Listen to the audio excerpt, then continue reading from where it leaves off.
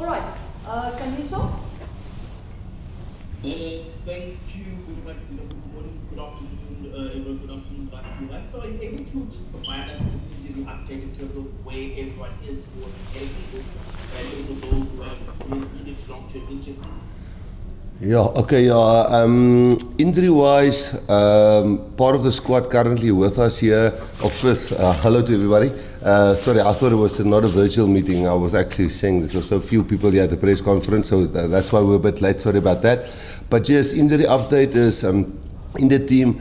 Kainen's got a bit of a hand issue, but it should be cleared up on Monday.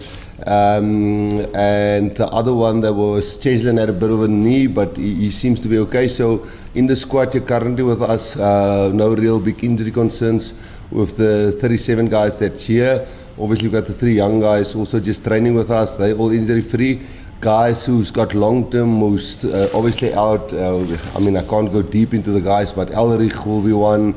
Obviously Frans Malherbe is one.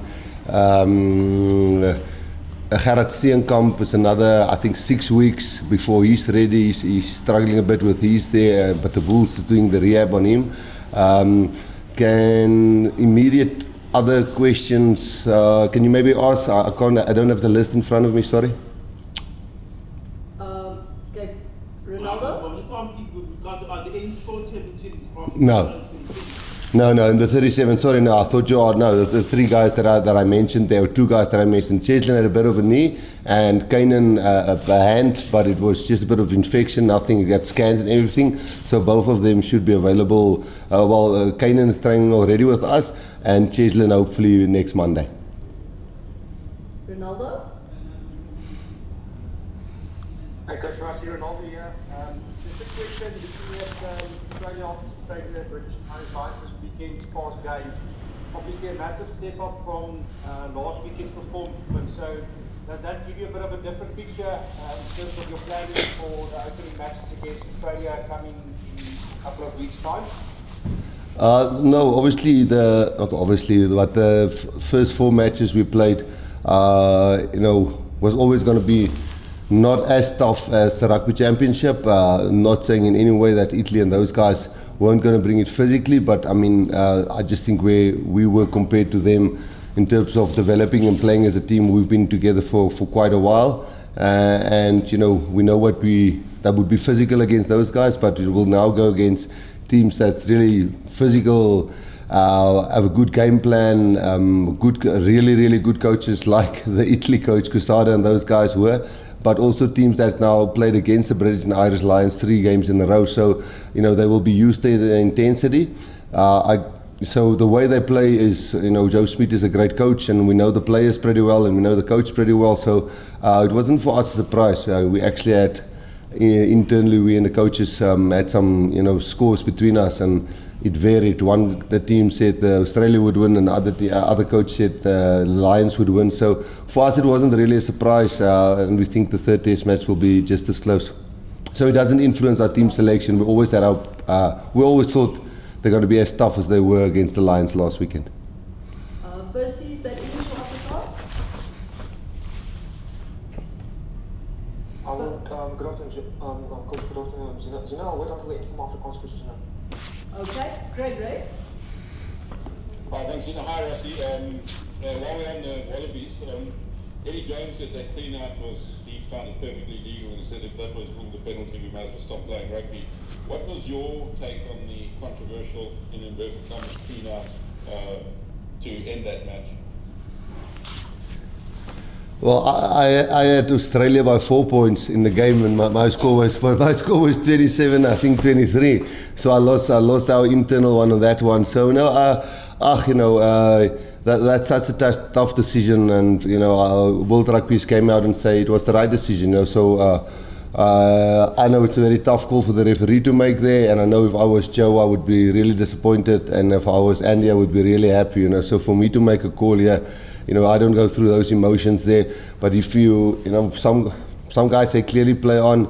I think it was touch and go. So I can understand that both sides of what both coaches see. But World Rugby has ruled on it, and that's what everybody has to accept. There's no Shane, it's me is Adnan. Hello, Rassie. Hello, Adnan. Yeah, it's a fancy title, but it means absolutely nothing. Yeah, Rassie, I just on the three youngsters that you brought up to the squad. Just how are they fitted? I know it's only been a couple of days, but there's a lot of interest, obviously, in why you call them up and the way they're going up. Yeah, well, Adnan, Elite Athlete Manager. I see now what your title is. Sorry. No, Adnan, for us it's, realistically probably, we know all of us will be involved till 2027 if one don't get fired before then. But so, we're just looking at all possibilities of guys.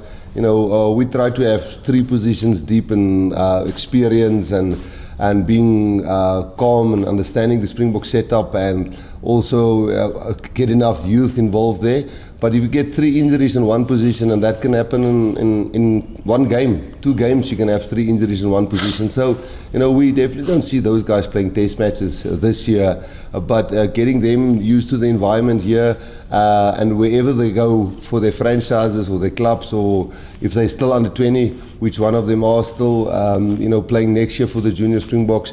It's just for us to understand how quickly you can, like we did with Ntokoza, how quickly guys can make the step up and settle into the whole environment and the energy they bring. So I know the 3 of them know 100% well that there's no chance that, apart from if they really knock down the door and blow us away at training sessions, they take part in every single part of the training sessions.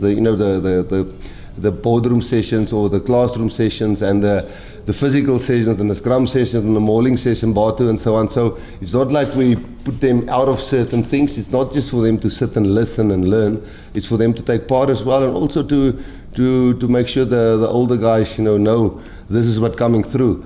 So yes, they are fitting in well, and I think they're enjoying it and they're keeping up. They're really keeping up with the other guys. So that's great. Thanks, Rassie. Nicholas?